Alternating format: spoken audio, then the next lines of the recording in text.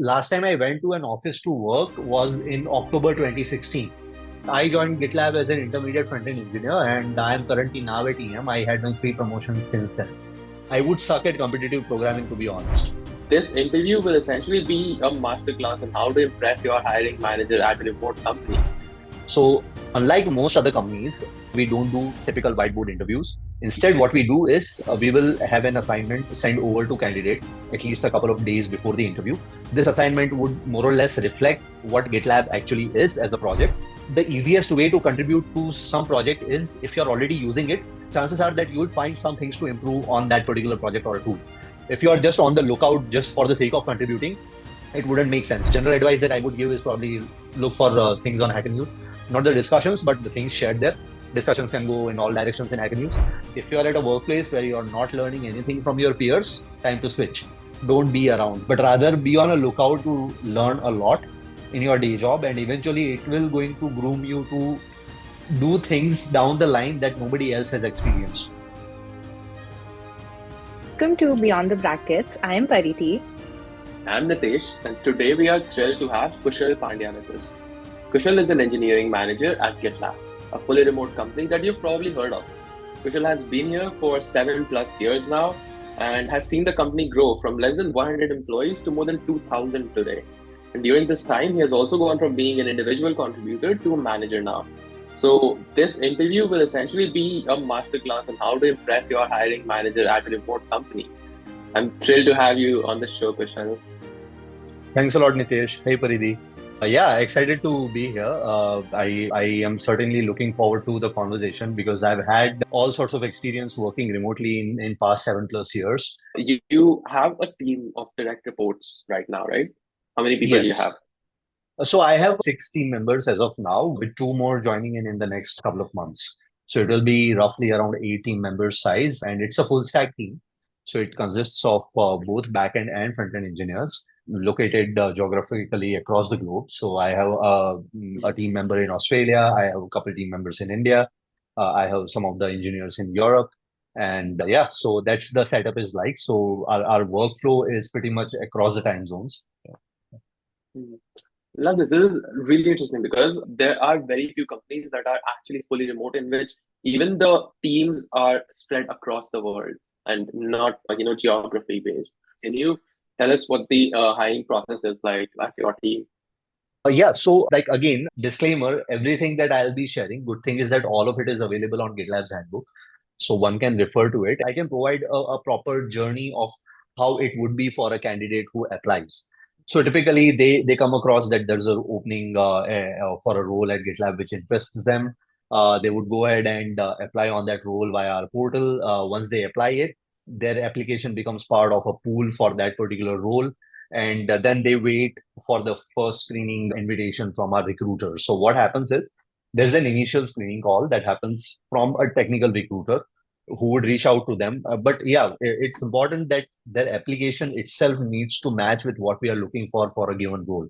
So provided that the initial filtering was cleared, and if we find that the candidate is worth reaching out to, our technical recruiter will set up a screening call with them, roughly 30-35 minute call, where they would be discussing everything that they mentioned that they have worked on in the current role or the previous role.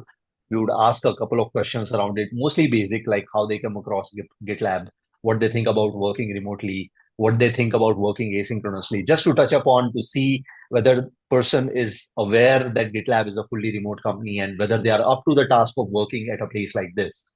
And based on that, how that screening call goes will determine the next steps. Typically, it would be followed by a technical interview. So, unlike most other companies, we don't do typical whiteboard interviews. Instead, what we do is we will have an assignment sent over to candidate at least a couple of days before the interview. This assignment would more or less reflect what GitLab actually is as a project and what it would be like for a person to work at GitLab. So, for instance, if the role is of, say, front-end engineer, then the assignment would revolve around front end, where it include view parts, testing around view front end, essentially the stack that we use at a front end. And this assignment is sent over to the team member to review at least a few days in advance. So by the time the day for interview occurs, they already have awareness that what they are about to get into during that 90-minute technical interview call. Now, as a part of this call, what happens is, first of all, they would obviously have to review the assignment that we have sent over. Once they review it, identify what are the improvements that they need to do. On the call, they need to implement those things while they are on call. But it is again, unlike any other interview, at least that I've experienced in my career, that it is more or less like your day job, the way you would be working in those 90 minutes, where you are free to use Stack Overflow or Google to search for documentation to understand how a certain function behaves, how a certain area of a framework behaves. Like if I'm a front end engineer candidate who is applying for a role, I'm allowed to look at view documentation to understand what a syntax would be like, provided that I'm able to touch upon all the areas that I'll be evaluated against during the interview. So the candidate is free to use the process that they are familiar with as far as development is concerned. Meanwhile, I, as an interviewer, would just be an observer in that call where I would be listening to them. I would be like providing guidance in case they are skipping certain part of the assignment, which might be crucial for their evaluation. Meanwhile, we also have our own internal guidance system that we use to evaluate the candidate. So whatever candidate is doing, I use that as an indicator and evaluate them on certain criterias. We touch upon pretty much every domain of front-end engineer in our calculation for grading that team member, grading that candidate to see if they are fit for moving ahead with the next interview. So that technical interview concludes, and based on how it went, there would be another technical interview, except that this would be a hiring manager interview. So hiring manager interview is more or less technical, except that they won't be writing any code. I'll be mostly interested in learning what they have done so far in their career. What is their approach is like when they encounter, say, escalations, incidents, how they approach a certain problem, how they solve it, how they collaborate with other team members. Those are the sorts of questions I would ask them just to understand like whether they are fit for the collaborative environment that we have in the team. This the set of questions that I would have during the interview would help me evaluating this candidate from the GitLab's culture perspective as well as the technical perspective. So that is the essential goal of this hiring manager interview. And if this interview also goes well, then there will be another interview, which would again more or less similar, except that it will be taken by a senior engineering manager who would be above me in the hierarchy. And after that, if all has went well, we go ahead and essentially like determine that whether to extend an offer or not. Then it would be role of recruiter and hiring manager to work together in determining the offer, both from the compensation and equity perspective, and then moving ahead. And the way we do is any interview that the candidate has done for GitLab, it needs to have at least two strong yeses. So if you're familiar with, say, Greenhouse, which is the platform that we use for managing our candidate pool, there is a grading system within Greenhouse where you are asked like whether you want to move ahead this candidate further or not after providing all the details around the interview itself, like whether it's a strong yes, whether it's a yes, whether it's a no, or whether it is a definitely not. So any candidate who receives no, we first see whether this was on a technical ground or was simply just a mismatch between candidate skill set and the given role. But if it's a no on a technical grounds, then the candidate is not even considered for further rounds. But if they receive, say, for example, this candidate did 4 interviews so far and received only one yes, received 4 yeses and only one strong yes, then what happens is there is still one strong yes missing. So we need to see and weigh our options whether this candidate is strong enough to move ahead or not. So that's like a fairly elaborate process, which ensures that there's a certain bar of quality that we can maintain within the engineering. And candidate expectations are also set correctly right from the get-go. This is Thank you so much for being so elaborative here. And I have a lot of follow-up questions I was Yeah. writing down as you were speaking. So one of the first things that you mentioned is that you do not you do not have the usual data structures or the whiteboard rounds during the interview, but the technical interview is about doing the actual work that you Yeah. might be doing at GitLab. So in terms of like the area of evaluation, how does this change what you are evaluating the candidate against? See, the thing is that if I were to ask candidate to sort a tree or build a search for a really large tree with hundreds of thousands of nodes, it may not be as useful if they do it on a tree which doesn't relate to an actual product that we are building. But if I present a challenge which is somewhat similar, which has exact same paradigms, but presented in a non-textbook fashion where it can be much more realistic from the implementation point of view as well as from the understanding of the candidate, then they are able to achieve the same results. And that's what we are interested in. There is no point for me to have a candidate who is not able to write a code that can scale at the scale of GitLab if they are unable to do it during the interview, even if they are like fairly competent in like writing pre-sorting algorithms in a pseudo manner or in a language of their choice, but that skill won't be very useful for me. But at the same time, I do not want to discard the knowledge that DSA brings. It is important that if you are doing your graduation or post graduation, you need to learn those fundamentals. Those are extremely important, and chances are that if you're in your early year of careers, then you won't be able to land such a opportunity where you are able to do the technical interviews without doing any DSA at all. As a fresher, that is kind of a filtering criteria that most of the companies follow. The thing is that at GitLab, it is fairly rare that we would hire a fresher right out of college unless they've been fairly active community contributor at GitLab. So that is the reason why we are able to get away with this kind of processes, because we know that the candidate is coming at least from some real world work experience. And we are able to present these challenges knowing that they'll be able to at least connect parts of it with the actual computer science domain and will be able to solve it. So like if I want to know that this candidate is aware of concepts like big O notation for time complexity and space complexity, then the way they are approaching to that problem, I'll be able to know it right away.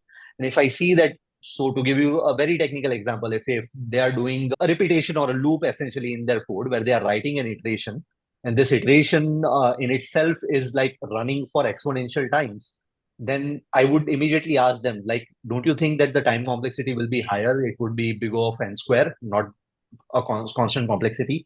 And obviously, those things will be touched upon during the interview because I know that they are moving to a direction that they might not be fully aware of. And then they would, based on the reply that they would provide to me, I would know that they are whether they are aware of fundamentals of computer science or not.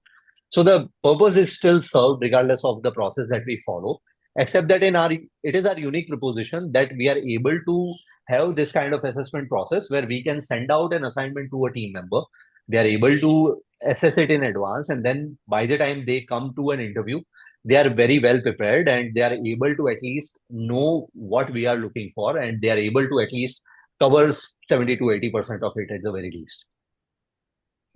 So when you send out like an assignment before the interview, like do you expect the person showing up to already have practiced that assignment at home and then just So come to the interview? So I think it is bit of a given, even if we don't state it explicitly. The thing is that, I Yeah. mean, if I receive an assignment that I know I'm going to be performing live on an interview, I would at least dry run it a couple of times at home while I'm not being supervised or being observed. That's how you would be like working in actual production environments, right?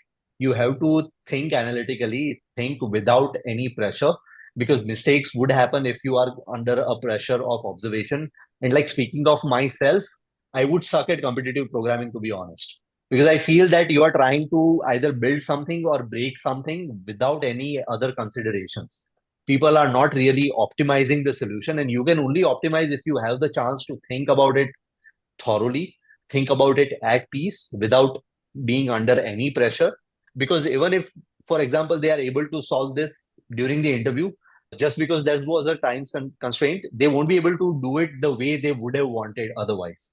And it would be a lost cause if after the interview they realize that, hey, the thing that I solved it with a exponential complexity could have been solved with a constant complexity. Just because I was under a pressure, I didn't see this problem beforehand. I had to think about a solution on call itself. So that is like the expectations that we set for both ourselves as well as for the candidates. That's really interesting. I think like no other companies that I've looked at, they have this type of interview process where you're not testing for the time constraints and how quick you are to think on your feet, which to me doesn't make sense because that is not how a real job works. Yeah, Um, yeah. But see, the thing is that I would always still like undergrads and freshers who are still looking for opportunities that get yourself familiar with all sorts of experiences, including a competitive environment as well as like a leisure environment of performing the interviews. Because when you're out of college, what is more important is that you have an opportunity to work somewhere rather than finding a place where you really want to work and like working, because those opportunities will only come after you gain certain number of years of experience. But until then, you are at a mercy of what industry thinks as a baseline criteria of filtering out candidates. So you will have to be part of those processes, which means that you would have to go through a typical aptitude rounds, you'll have to go through typical whiteboard interviews and so on. Right. Another thing that you mentioned like early on was that when you have a job opening, you put it on Greenhouse, and you now the job is to screen through applicants. And I'm assuming that you're getting like hundreds of applications for every opening that you put out. Yeah. What can a person do to just clear that screening? I think I can say about GitLab, not a general advice rather, is that if you are already fairly active in GitLab's contribution scene, chances are that the role that you are applying to, hiring manager for that role might come across your name and they find it familiar because they have seen your work happening on GitLab project at least at some point in the past. And that I think is the only advice I would give to anyone who is applying, especially at GitLab, that there is no other way where you can boost your application in a 3,000, 4,000 candidates pool by doing something creative with your cover letter or resume, because Greenhouse is not going to like do a smart recommendation with the likes of TikTok or Instagram, right? You would have to go through all the candidates either in the chronology that they applied with or alphabetical order. At the most, sometimes it has helped us is if we know that we are looking for a specific type of candidate for a given role, then we would be looking for a certain experience or a certain background. Like for example, in my team, we are usually looking for people who have experience working in DevOps tools, specifically around or planning, where they worked in a similar domain, including at our competitors. So we would look for those sorts of skill sets. Of course, it won't be easy for us if your candidate profile is buried after 100 or 200 candidates. So it would definitely be hard, and there is no short way where I can boost my profile in a such large pool. And I'm sure that this has been a case for pretty much all the employers. Obviously, they would certainly have some form of automated screening, but no automated screening is foolproof. The good candidates still slip, and bad candidates still pop up just because they chose to add up a few buzzwords in their resume, even if they didn't know anything about. So there is no proper way, except that if you know that this company develops out in the open, then try to be participant in that scene itself and then apply for a role, because then chances are significantly higher that the people at the company who are potentially looking at your profile already know about you, and it will make all the following conversations and interviews much more familiar, and you'll feel much more confident because you know what you are getting into. Mhm. I like this. So basically, being somebody that the hiring manager already recognizes is the only sure way to do it. Yeah. Sure. So let's segue a little bit into open source and open source contributions in general. So Kushal, can you like put yourself in the shoes of a developer who has about 2 years, 3 years of experience and who's never really contributed to open source, how they can get their first PR merged into the repo? So first of all, that I would suggest is identify your area of expertise, see what you are good at. Chances are that if you're already in 2 to 3 years of your career, you may have already found the thing that works well with you, that fits you right in, and see if there are any tools that are around which you already use. Because the easiest way to contribute to some project is if you're already using it, chances are that you'll find some things to improve on that particular project or a tool. If you are just on the lookout just for the sake of contributing, it wouldn't make sense. You will just be spamming these projects, and that has happened in the past. So I would advise against like spamming open source projects just to get your PRs merged, either via Hacktoberfest or via under the influence of a YouTuber. Don't do that. Instead, try to see what tools you use in your day-to-day life as an engineer.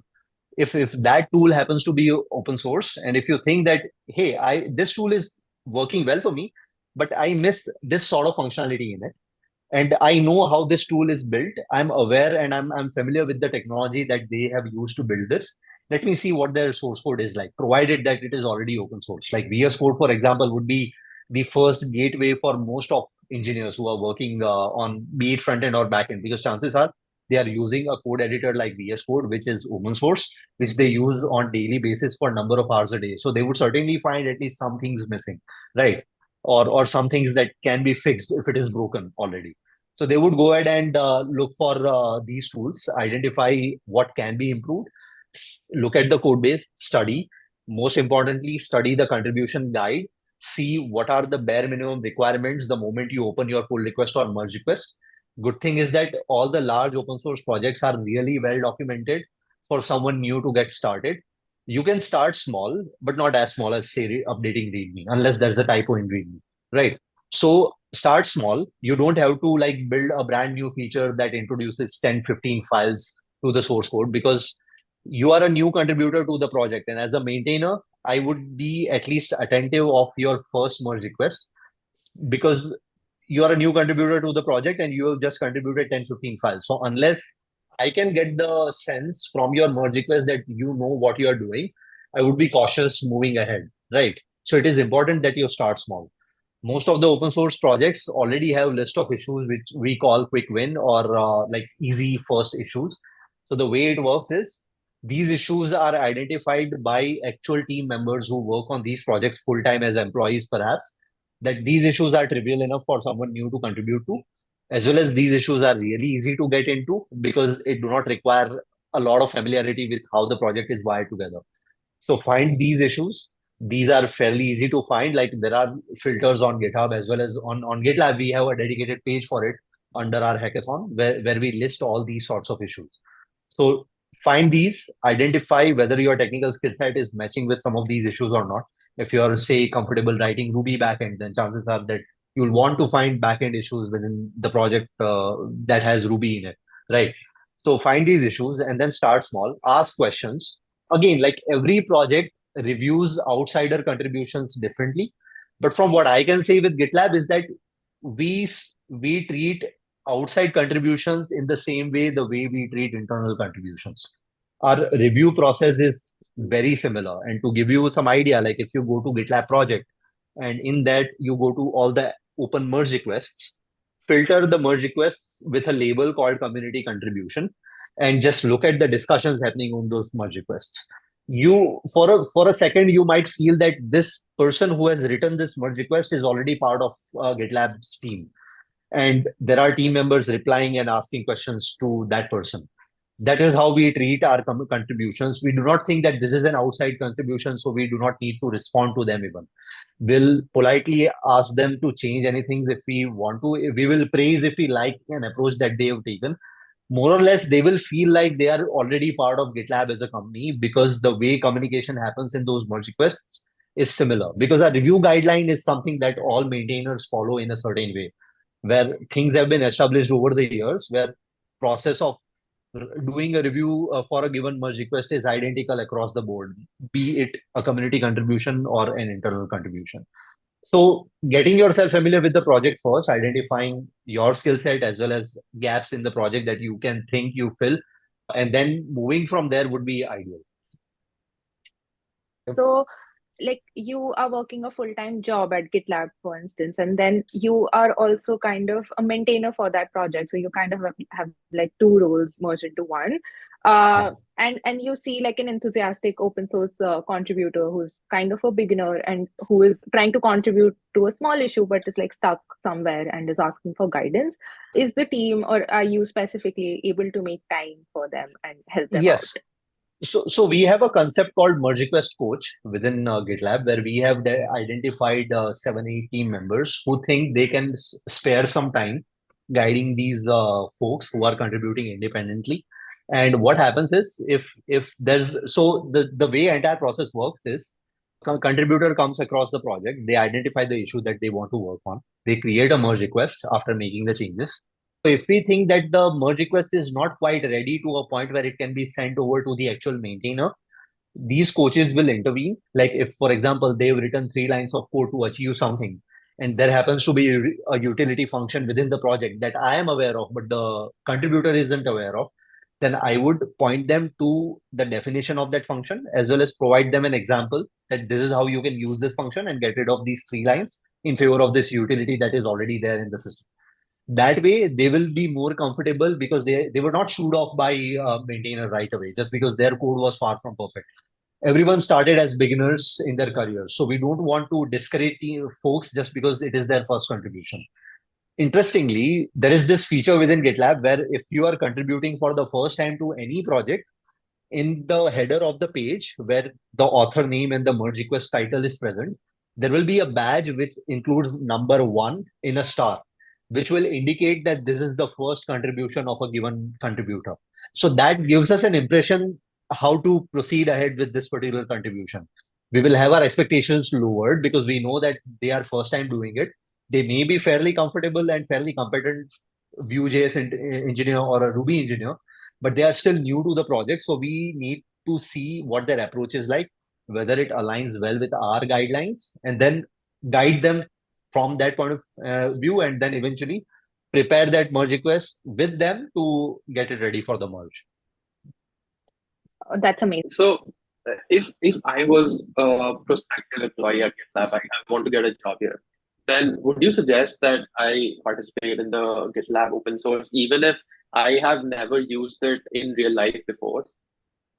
So if you've not used a product ever, start by using the product first before contributing to the product, because otherwise you wouldn't know, right, how it all works. Yeah. The thing is that GitLab as a project is a fairly elaborate developer setup. We call it GitLab Development Kit or GDK. It is fairly easy to set up locally or via Docker. So before you get into the weeds of setting up a development environment locally, you will be overwhelmed if you do that right away. Start using the product first. Given the nature of the product, I think anyone who writes software can use it without any issues. They can move some of their projects from other places to GitLab just to see how it all works. Once they come across a couple of issues or limitations around it, or features that they think might be useful, then it is the right time to go ahead and get into the weeds of setting up a development environment and start contributing. And I think it's a general advice. If I don't know what a thing is, how am I going to suggest improvement for it? Right. Also, how can someone discover an issue that a team on GitLab is focusing on, like an outside or open source contributor? So, like I mentioned, we have a dedicated hackathon page which consists of all these issues which are labeled in a certain way. The thing is that these issues are trivial enough that our engineers in-house do not simply have the bandwidth to pick up these because they are working on a larger, higher priority items. Also, these issues are too small to allocate a dedicated time during the milestone. So instead, what we do is we'll label them as quick wins and we'll make them available as a part of hackathon because we have an active developer relations team within GitLab. So this team works during these hackathons with our contributors. We have a Discord that our potential contributors can join in and ask for questions to other fellow contributors as well as some of our team members who are also part of the Discord. So the way it all works is they'll come across these issues and then they'll pick up from that pool. Because again, like someone's exposure to issues is not limited by these issues only. If someone chooses to drop by the GitLab project itself and looks at list of issues directly and they see that okay, some of these issues do not have any assignee yet and they have been opened only a couple of months ago, then they would ask around questions within those issues to understand whether this is something that one needs to work on or not. And based on the kind of response that they get, they would go ahead and choose to work on it. So while hackathon would be a good place to start, it is not the only place to start. You can look for other places within the project itself to identify areas of improvement. So would you say that all the higher priority issues are first assigned to all the members of GitLab, and then the issues that like people don't have the bandwidth to work on, they are kind of Yeah, put in? so the way it works is that it is not as simple, but it is rather nuanced. So the way it works is GitLab follows these monthly release model where every month it used to be on every 22nd of the month that we would release the new version of GitLab. Because besides GitLab.com, people can also install GitLab in their own servers. So it's like an installable project or a product, right? Which means that it needs to follow a release just like an app release or an operating system release. So we do these monthly releases. It used to be on every 22nd of the month. We have changed it a few months ago, and now it releases on every third Thursday of the month. So, given that we have this 1 month long timelines to follow to build something, what we do is if we know that there is something small enough that adds an immediate value to our users and customers, we would schedule it as a part of our milestone, as we call it, and we'll have our team members work on it as a part of the milestone. If we know that this particular initiative, feature, or a bug fix is going to take multiple milestones, then we would plan it accordingly where we can break it down across multiple milestones and the team members then picks up one by one and fixes it. But there would obviously be issues which are not scheduled at all during this process. Not because we don't think those are important, but also because these issues cannot be picked up over something else that is way higher of a priority for product reasons, for customer reasons, for security reasons, etc. So based on those criterias, we have to make a conscious decisions. Sometimes what we do is we know that this issue will not be picked up in this milestone, but we have it in pipeline for milestone that comes after 3 months. So it isn't like something was moved out, then it is not going to be picked up at all. But it might get picked up down the line as well, depending on when we are approaching that area of the product again. But that doesn't prevent anyone from picking up those issues. Like if there's an issue which already had a milestone assigned to it, but nobody got a chance to work on it, and community contributor comes up and works on it, we'll be more than happy to guide them through and make it ready for deployment. Also, like if I'm a contributor, like how, and I try to sort like look through issues. I've done like a fair number of contributions already, like smaller contributions. Now I want to work on something like bigger. How far, like far back in the repository should I go and look? Like if there's an issue that's been created like 1 year or 2 years ago, should I even, and there's no assignee. So Yeah, should I there even bother? isn't a timeline that you can follow here. But like you mentioned, if someone has experience contributing to a same project for say number of months or years, chances are that they've reached a point where they are fairly in touch with in communication with product managers and designers in certain issues. We have had those instances where a contributor is coming up with a feature idea, and that feature requires a very active collaboration with actual team members. This contributor is not looking for a compensation in return. They are doing it just for creative satisfaction in their free time. But given that the idea that they want to work on is not a trivial one, it will not be able to develop and ship within a single milestone, and they need to plan ahead with it. So they will be mentioning product managers by looking at our handbook, see what are the relevant stakeholders for this particular product area. They would ping them within the issue or a discussion happening around it. They will ask for questions, ask for guidance that what are we aiming for in the first iteration? How should we go about it? What are the design ideas that you might have? They will work more or less similar to a team member, except that they will not be part of GitLab project. And what happens is if if the number of contributions of this nature happens a lot frequently by a same contributor, then we invite them to be part of core team. The way it works is that they will become member, a multi-channel member of GitLab Slack, where they can reach out to any team member within GitLab in a DM.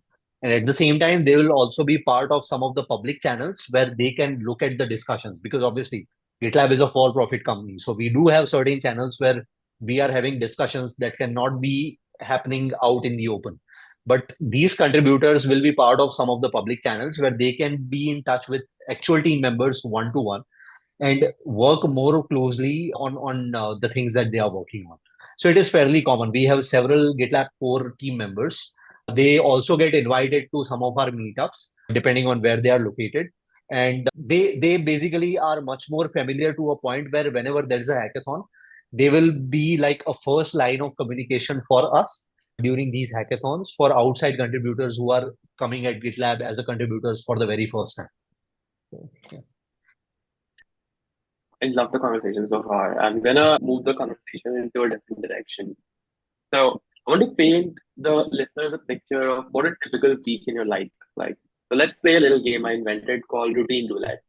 What Yep, I'll yep, do is I'll give you certain times of the day, and you tell me what you might be typically doing during those times.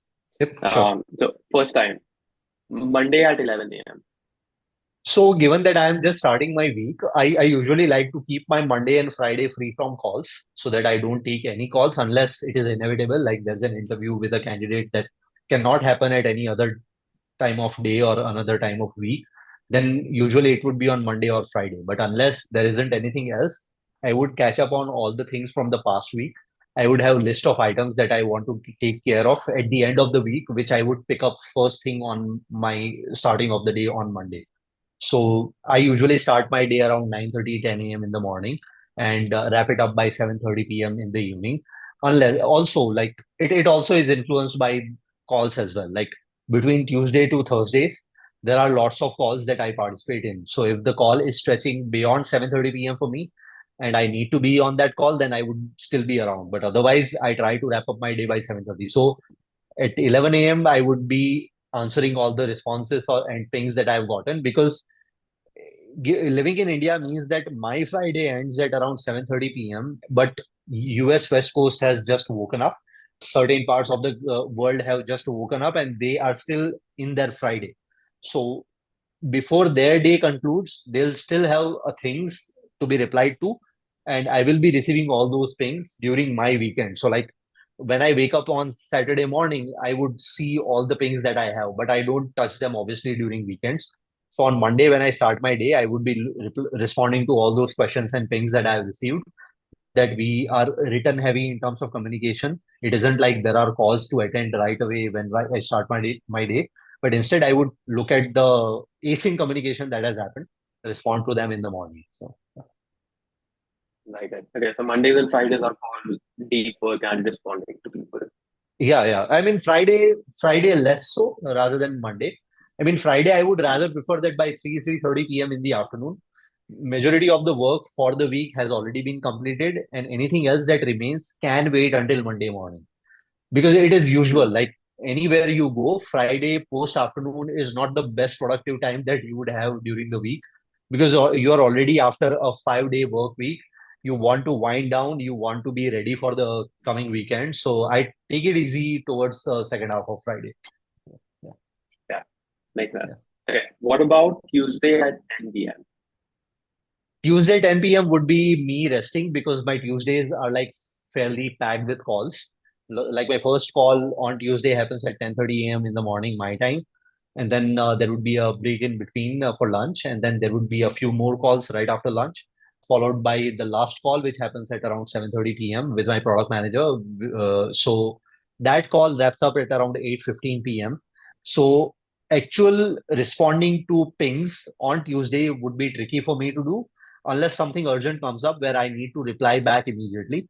Otherwise, I would be focusing exclusively on calls because I don't want to be in a situation where the person whom I am having call with on Tuesday feels that I'm already drained and I don't have any energy to have any conversations. I want to be fully attentive to the conversations that we are having, be fully feeling 100% during the day, which means that I try to cut back on everything else except for calls on Tuesday. But then as the week goes on, number of calls start to get reduced, and towards Thursday it is to a minimum.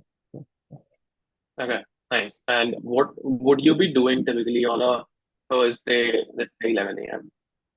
So Thursday, I think it would mostly be on like following up on any technical discussions that have happened in past 2 days, specifically on Tuesday and Wednesday. Because at GitLab, we have these weekly one-on-ones with all of our direct reports. So I would be meeting my team members every week. I'll be having conversations with them at least 30 minutes, if not more. And then we'll be discussing all sorts of things, including the things that they are working on, things they are doing outside work, anything that they did over the weekend, and any projects that they are working on just for the creative satisfaction, and so on. So based on the conversations that have happened during the week, there would be a set of action items that I would need to do. So I try to wrap those up towards Wednesday and Thursday. So on my Thursday morning, I would mostly be doing the follow-ups on the conversations. Plus, some of our team meetings also happen on Thursday. So I would also be preparing for it in the morning, like making sure that all the agenda is in place. All of our team meetings need to have agenda in compulsion. Otherwise, meetings do not happen if they don't have agenda. Our CEO calls it no agenda, no attenda, which means that unless there's an agenda present for a given team meeting, you have the meeting, otherwise you do not. And the last chance that you would get to put anything on the agenda would be at least 1 hour before the call. I mean, as per handbook, it is at least 20 before the call, but sometimes it happens, sometimes it doesn't. But we still try that if there is anything that needs to be discussed at least an hour prior to the actual meeting time, it needs to be put into the document. Otherwise, we would just go ahead and cancel it. So I would be preparing for my meeting happening on same day evening so that at least there is a 6 to 7 hours of heads up before the team meeting. This was a fun way to learn about what like day a week in your life. That's funny. Yep. Okay, so moving to the next segment of this interview, I want to ask you about your experience with managing a team. So you've already given us a good picture of, you have a team of six and they're spread across the world. Now, I'm curious, how do you motivate the team? How do you even approach motivation in a remote team and make sure that people are getting their work done? So unlike other companies, I mean, I'm sure there are companies in the world which follow a similar model. The thing is that at GitLab, we don't have a culture of bosses and like the people who are like under them who would be reporting to them, provide asking for permissions to do anything. My role as a manager is more or less like a buddy who would be around when needed and won't be around when not needed. So the idea is that team members should be able to autonomously work on the area of focus that they are responsible for. And my role would be to make sure that the priorities are aligned with the larger goals of my team as well as larger goals of my engineering department, and making sure that any vision that we are planning at a leadership level is communicated well back to my direct reports so that they are aware what we are heading up to, what we want to achieve in next quarter, next 6 months to a year, and any engineering tasks that they are doing, how we can work together in aligning those to achieve those goals. If they are stuck with something around the processes, I can be around to unblock those blockers so that they can be more efficient in the work that they are doing. My job is not to guide them how to write a code to solve a certain problem, but rather I would help them prioritizing works in case they are confused about what to approach first, because I know what makes more business sense to be prioritized over something else. So I can come in there because I am also working closely with my product managers as well as my senior manager, where we are constantly discussing what we want to achieve as an engineering division or as a company. And I communicate those same goals to my direct reports, which in turn helps them feeling motivated. If they are facing any challenge around anything, I am here to listen to them, here to guide them through. If they are going through any conflict with the team in any way, I am around to intervene. I'm around to help them. So that is the extent of my role. But at the same time, it isn't like I am the boss and what I say they would have to do. What counts is the results that they deliver, not how they deliver it, or under whose influence they deliver it. That is the baseline principle. So basically, everybody working at GitLab has a high degree of self-discipline. High degree of, sorry.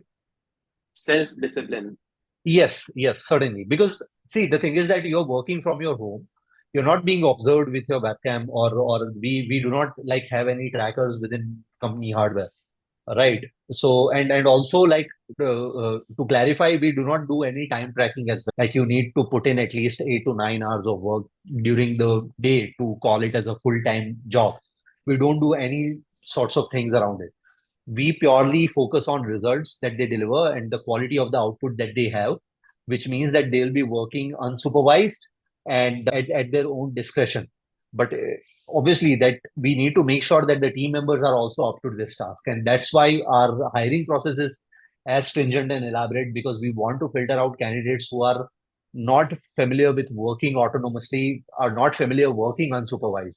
Basically, they are fairly new in their career where they have zero experience working in a self-managed way where they can identify what to work on next without any external guidance or intervention. Because then we would be spending our time coaching team members rather than expecting results. Right. That makes sense.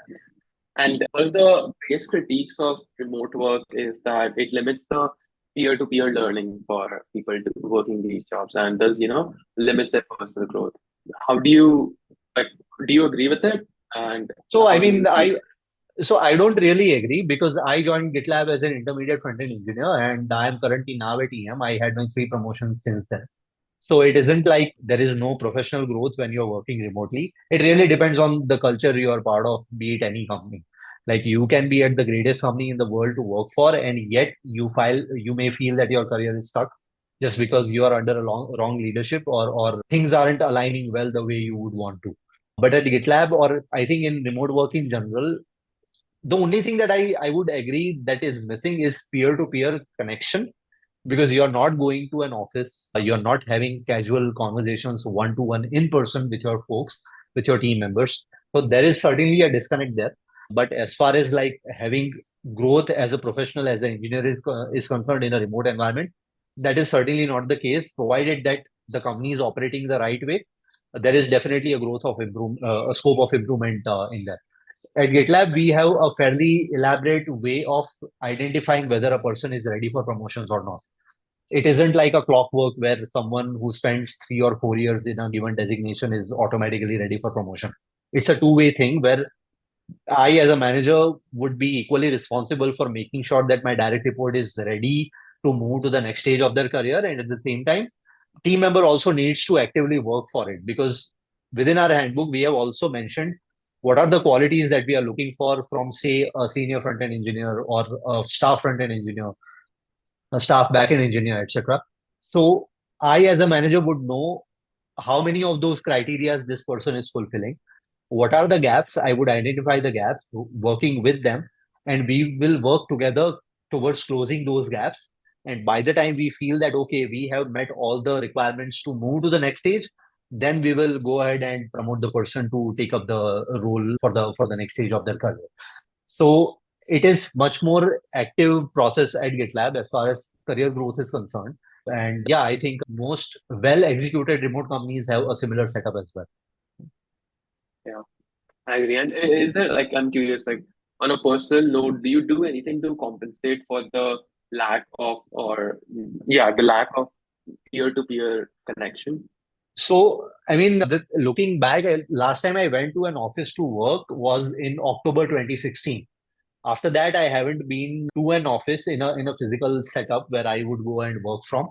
But as a replacement, good thing is that there are co-working spaces and cafes. So what I do is some of my friends who live in Pune, we usually plan every Fridays to work from one of the cafes around our area. And we go there, sit together and work from there because we know that Fridays means nobody would be having their calls at least.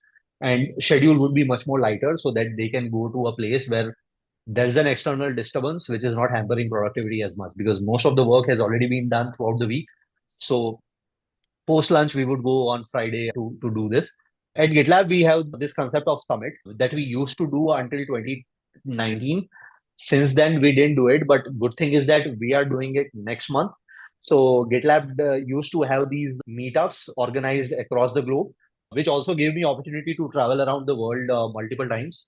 So when I joined back in 2016 in November, very first summit, which was happening right after I was joining, was in Cancun, Mexico.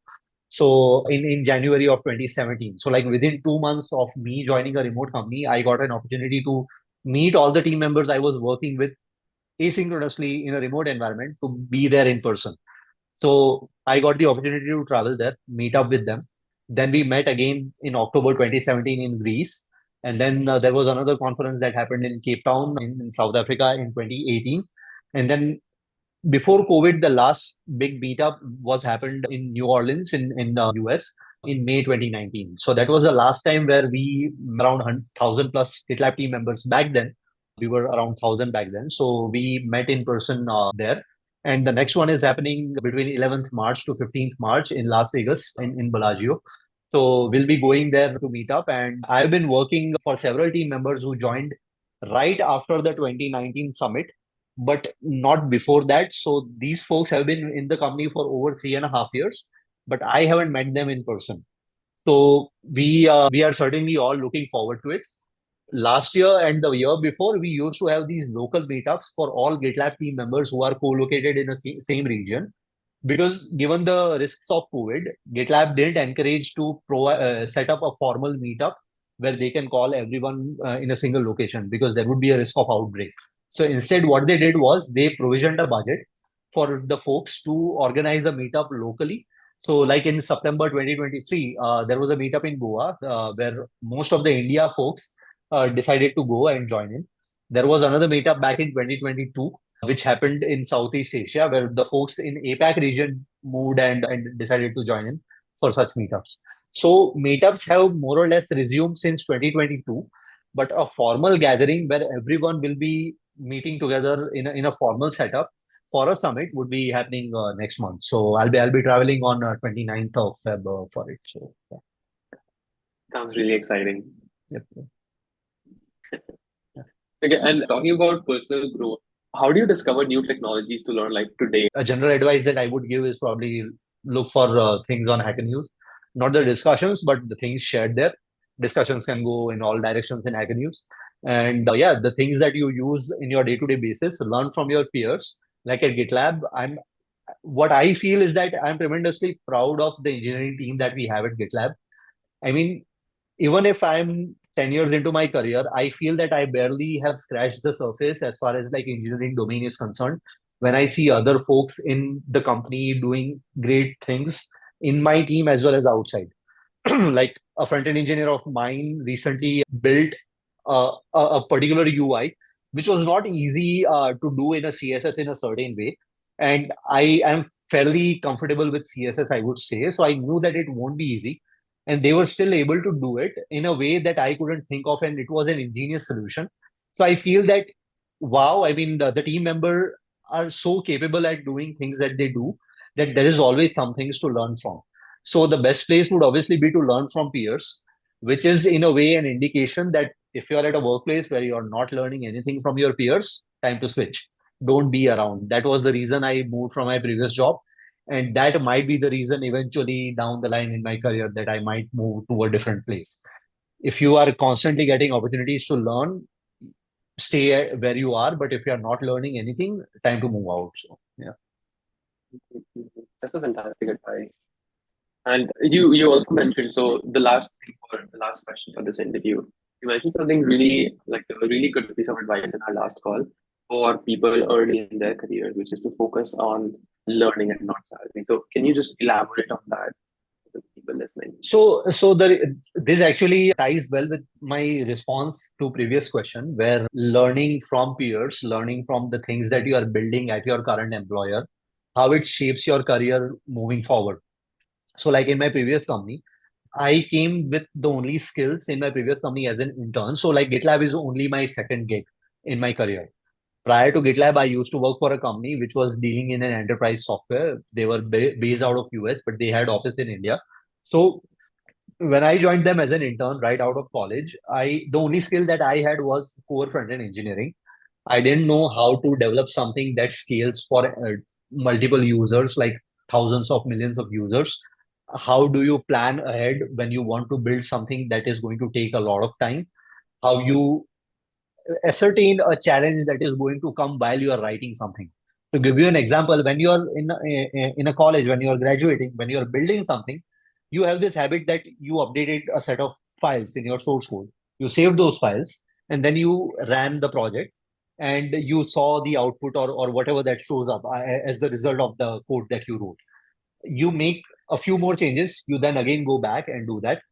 But as you gain experience in your job, you reach a point where you are able to write 100, 200 lines of code without ever running it once, because the calculations are already happening in your mind how it is going to end up being. And by the time you are actually ready to run it, the entire 100, 200 lines of code would run it one go without any issues whatsoever. And that's a sign of someone who has grown as an engineer in their career. So if you are fresh in your career, if you are new in your career, you need to make sure that you are getting these sorts of opportunities as a part of your day job.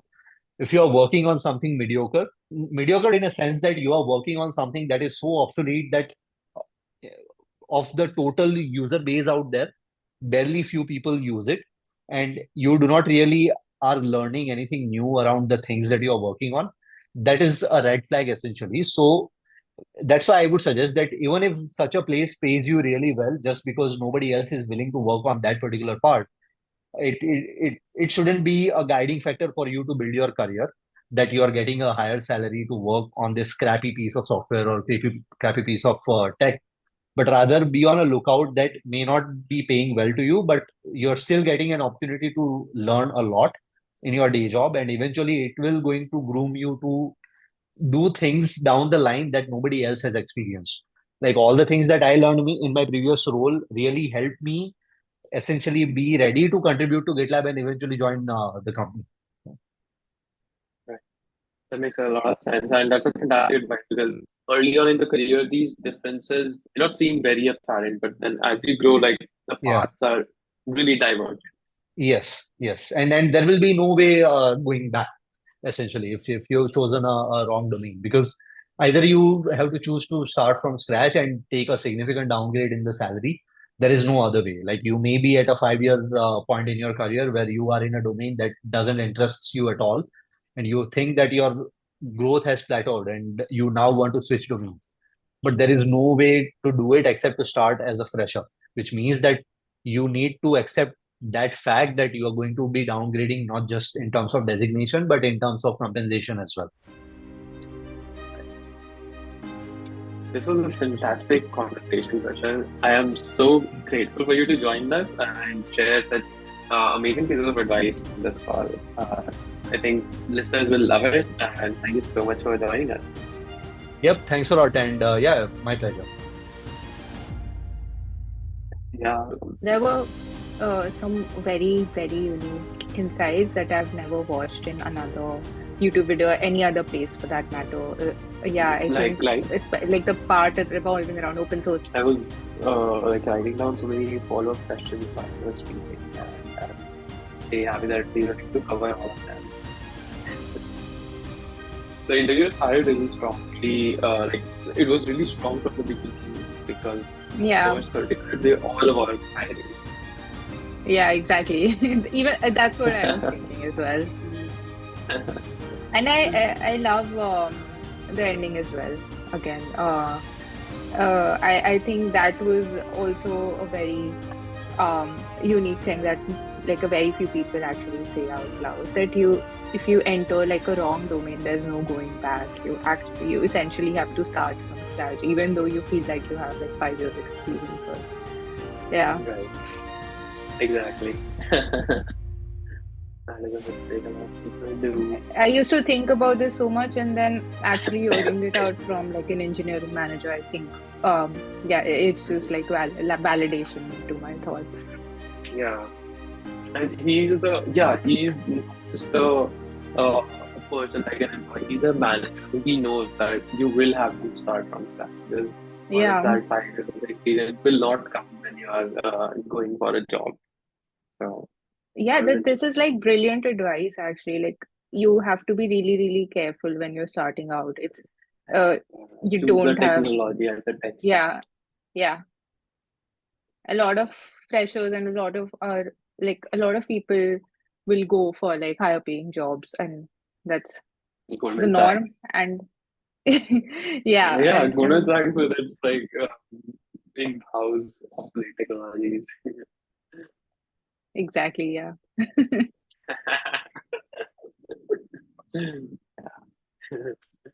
Amazing. So if interview